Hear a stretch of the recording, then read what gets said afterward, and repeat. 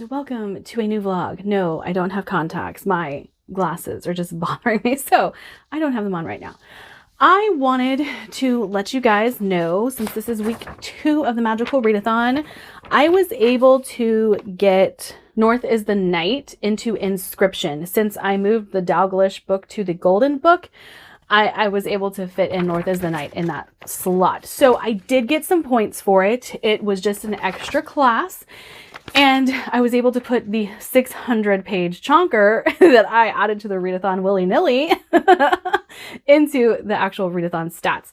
So I'm pretty excited for that. But I do need to focus on my classes that I actually need to be taking for my novice path to proceed in the coming semester. And so I am going to be listening to A Sea of Unspoken Things. I did just get the audio for this. And this is one I probably could have read on my own because it's not very long. Since it came through, I'm going to listen to this one.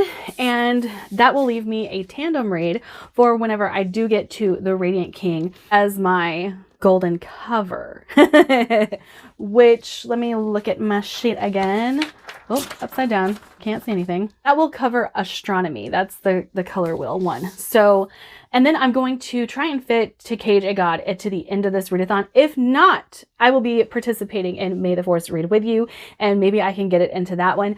I'm going to be pulling from all of the lists that I have made this year for May the Force read with you, because I really want to tackle a lot of books. I don't want to force myself to read things that I don't want to read. So I'll be pulling from all of those lists. So I will link them down below so that you guys can see what those lists entail. It'll be my Our Fantasy Bingo, my self-destructing books, my 25 to read in 2025. But back to what I'm going to be reading for this video. I did start this in February and my brain just said no. I have no idea why. I think it was the massive amount of brain fog that I was feeling at the time, but I was really enjoying delving into the mystery of this, especially since Adrienne Young likes to write small town mystery type stuff. And this is our main character going back to their hometown to figure out what happened to their brother. Immediately, we get someone on the scene who questions why she's back and all of this stuff. So it sounds like it could be really good. Like I said, I was enjoying it till I wasn't, till my brain fog just said absolutely not, which, to be fair, it wasn't this book's fault. There were multiple books that I bounced off at that time and ended up reading a romance or something to get my head back into gear. But yeah, I'm excited to start the vlog with this, and I will check in with you guys a little later. Just got back from brunch, so I will insert a clip of brunch for you guys so you can see. I did not stick to my diet for this brunch because I'm out of my 28-day cycle now, which is like kind of like a long-term cleanse. And I'm out of my 28 days, so I could kind of eat what I wanted without corrupting my hormones or my brain fog, like without doing that again. We'll continue to maintain the clean eating outside of us going out to eat though. So it's still something that I'm planning to do quite regularly, even if it's only 90% of the time. I still feel like it will have a big impact, especially with how I feel now as to how I felt a month ago. I have still been really enjoying what I'm reading, except for in the last vlog, we had a 3.5 and a DNF. I am hoping to continue our trend of sticking with that 4-star like average rating. That's been great. Check in with you guys. I don't know why I keep talking. Bye.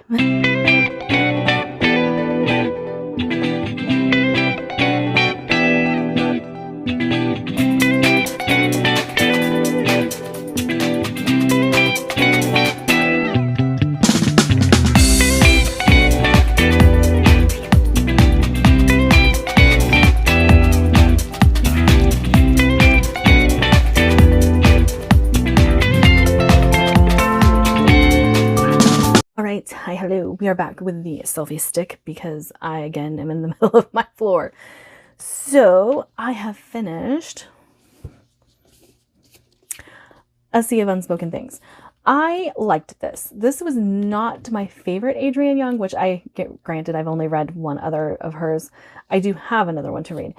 It was not my favorite, but I did really enjoy it. It kind of takes a few turns I didn't see coming, and the mystery in here is a little convoluted, which is why it was like a 4-star for me and not a 5-star. But I still really enjoy Adrienne Young's writing and her atmospheric way of delivering things. Really, really enjoyed it. Also, sorry about the lighting. All I've got is my overhead light right now. But again, I just love her writing style, so I will keep reading. This did get me ahead on my classes. I say ahead. This gained me points for my classes. I only have 2 more books to read for my classes. However, I did start reading The Buffalo Hunter Hunter. Doing this with one hand is a little difficult. Yes, The Buffalo Hunter Hunter. I'm really enjoying this. I am native, like I've said before, and I love vampires, so this just seemed like it was written for me. But I am that far into it now.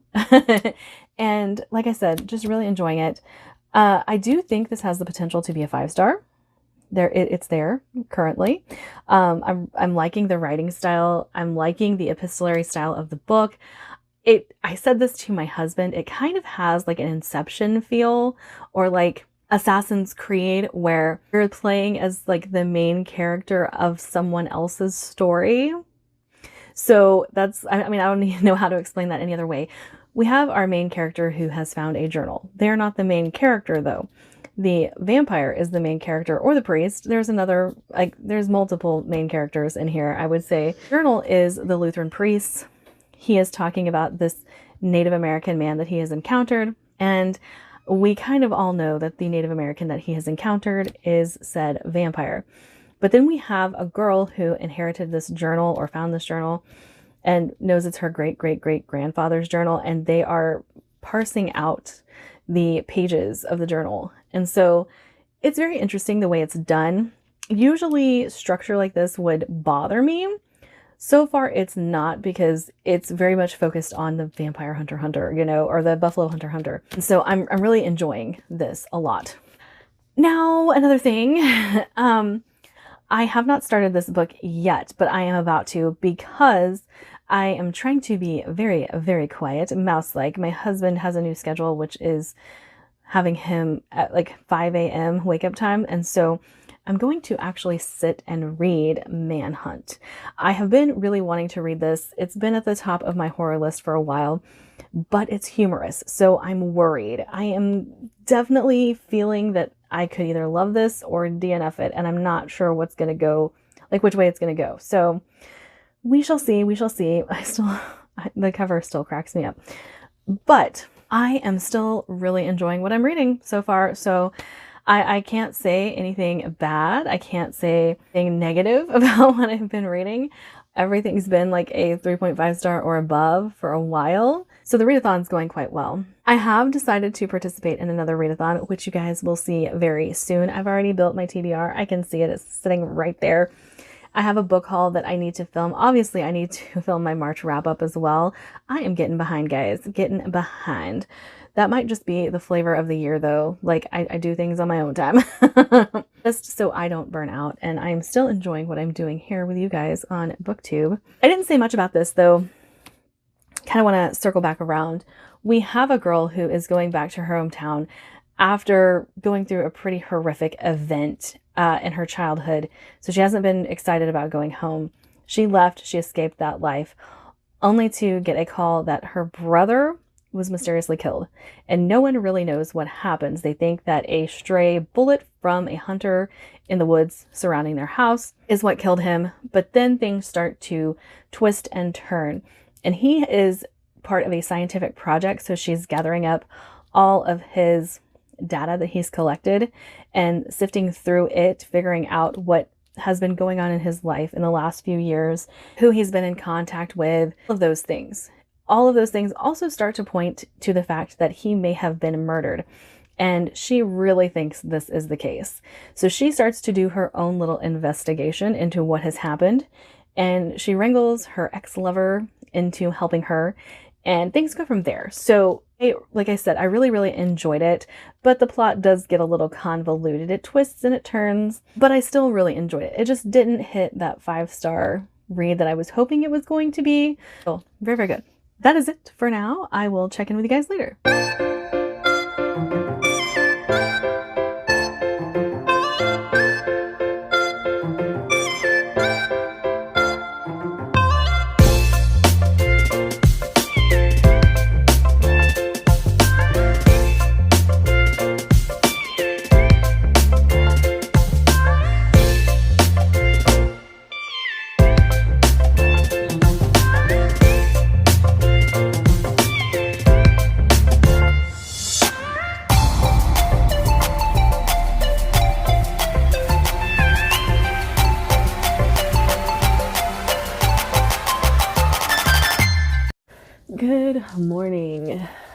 My allergies are driving me crazy today. I'm so stopped up.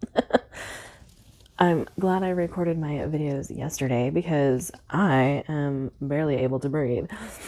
So today I have a couple of updates for you. One reading update and then one change to my Our Fantasy Bingo. Let's do the reading update first. I started Manhunt. I got about like 3 chapters in, not very far. As predicted, this is a little too convoluted, too silly for me. I'm not really enjoying it. I like the writing. The writing is actually quite good, but the concept, I don't know, everything else about it, I'm just like, oh, this is silly. And I should have known, even by the cover, I should have known. It's too much. I don't think that I'm going to enjoy it, so I am going to DNF it. However, that does mean I need to pick a book with fruit on the cover to get me to my next read book for my classes. And one of my friends just mentioned Lilith. I do own the audio for that, and I forgot there was a pomegranate on the cover of that book. So I might be switching to Lilith. I am a little further in the Buffalo Hunter Hunter. I'm really enjoying this. Now, one thing I'm having an issue with is this is a lot to take in at once, which Stephen Graham Jones usually is for me. Like, he does a lot in very few pages. And so I need something to balance this, which is why I am considering picking up something else. Not DNFing this at all. I'm really enjoying it. But I need something that's going to be something I can take in when I'm not reading that one. And like I said, Lilith is probably going to be what I pick because I have that book already. I forgot there was a pomegranate in the middle of it. To me, it's just a big red blob, mainly because it's on my Audible, so I don't have the physical book to see that it's an actual pomegranate. The other update that I have for you is I am officially done with Tad Williams. I have decided I'm not going to read it. I have decided I'm not going to like it. I have unhauled the Dragonbone chair, and then I had a few other Tad Williams on my list that I just went ahead and DNF'd, and they are already sold on my Pango. And so, yay for me, making an executive decision to rid myself of Tad Williams.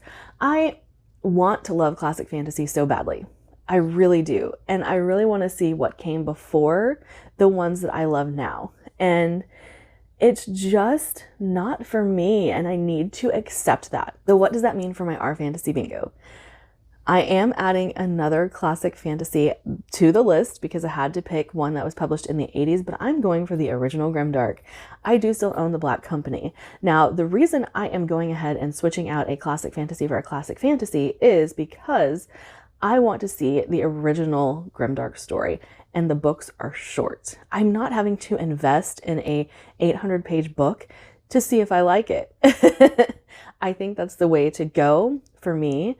I have looked into some of the sci-fi of the era, some of the horror of the era, but I just don't like the writing style that was very prevalent in that era.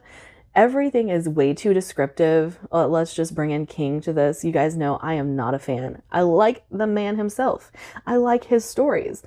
But and I say the man himself, I'm very aware that Stephen King is not the person to look up to.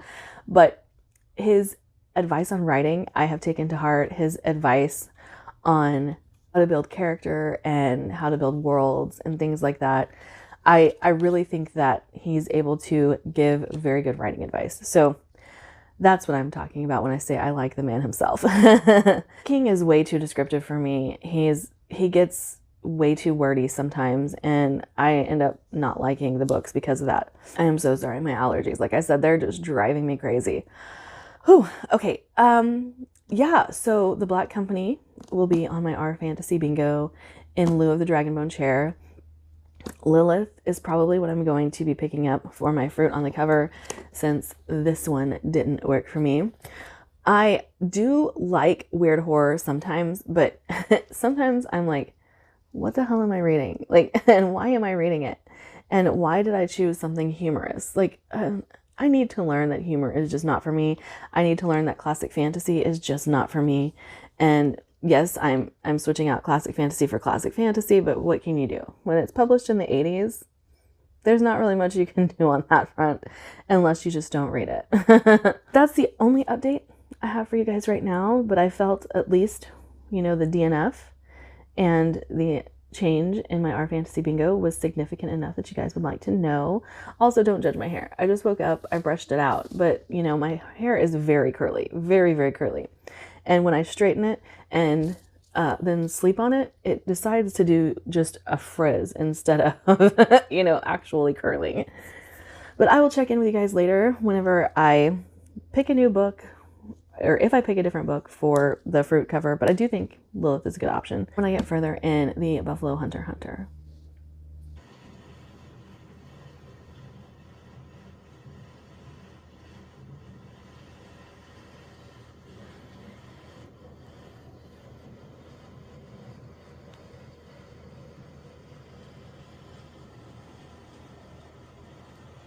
All right, here we are, fresh out of the shower. The last couple of days have been really difficult for me. I've been in a lot of pain, so I didn't feel up to recording, and I apologize for that. I know that you guys have been excited that I'm getting back on track, and all I can do is say PCOS sucks. But I am going to go ahead and wrap this up today, get it posted today, hopefully. That way my next vlog can start, and I'm fulfilling my promise to get back on track. So where we left off, I believe Lilith and the Buffalo Hunter were what I was reading. Let's go ahead and talk about Lilith first, because I have some issues with this book, and it's only upon reflection that I feel like I rated this book wrong. So I gave it 4 stars because I did really enjoy it while I was reading it. However, in thinking about everything I know about Lilith and everything I've read previous to this book about Lilith, I don't think that this book did her story any justice. So I think I'm going to settle on an actual 3-star rating of Lilith instead of a 4 that I gave it initially. Let's talk about that a little bit. So if you are familiar with the story of Lilith, or if you're not, Lilith was supposedly in Eden with Adam previous to Eve being there. And Lilith decided to eat of the tree of knowledge, which God told them not to, but she decided that she was going to because she felt that women should have knowledge, especially when it comes to certain things like birthing children and stuff like that, how children are made, all of that. And since she was supposed to be the mother of this land, she needed to know what she was getting herself into. And so she's not caught, but she starts to realize that Adam is turning on her because of the things that she knows and fighting with her and stuff like that. And so she leaves Eden, and then we have Eve. Well, in previous iterations of Lilith's story, since she was meant to be the mother of all humanity and she failed, there are stories of her being the mother of vampires, there are stories of her being the mother of witches, there are stories of her being the mother of demons. All of this tracks as her first encounter post Adam is Satan himself. So Lucifer, I don't remember the actual name given to him in this story, but I'll go with the Christian word since that's what I know. But I felt like Lilith in this story had no agency. She was reactive to things happening around her, but she didn't really do anything proactive. In fact, she gets frustrated and lays down in a field and doesn't wake up until Lucifer's standing over her saying, "Hey, wake up." So, I mean, there were some things about this iteration of Lilith that I really didn't like, especially since she is supposed to be a foundation for women empowerment. I don't feel like Lilith was very empowered in this story. The ending was okay. It wasn't my favorite ending to a Lilith story either. And I don't know. Like, I was enjoying my time reading it, and these things didn't click with me immediately. But I'm like, wait, did I like that book? Because I don't think I liked Lilith. And since Lilith was the character in question, that's who the story was about, I was like, maybe I didn't like that book as much as I thought. It's okay. It's fine. 3 stars means I liked it, but I had issues with it. So I think that's where I'm landing. 3-star for Lilith.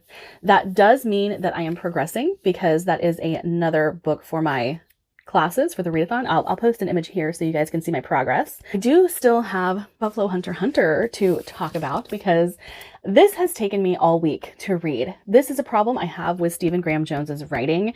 And I don't think a week is a bad time frame and to read a book. It's like for normal people, but for me, that took me a while. And so I do think Stephen Graham Jones packs a lot into his pages, a lot. And it's a lot to take in. Now, I had this problem with The Immortality Thief where I had to kind of pick up something else and switch back and forth so that whenever I got tired reading this one, my brain could refocus onto something else and it wouldn't be so overwhelmed.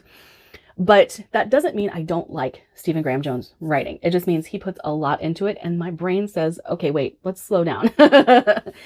So I did end up giving this book 4 stars. I really enjoyed it. I really liked the native aspect to this because it talks a lot about colonialism and the effects of colonialism and how the white people took over in America and what happened to the tribes whenever they took over, the way that Native Americans are portrayed in this.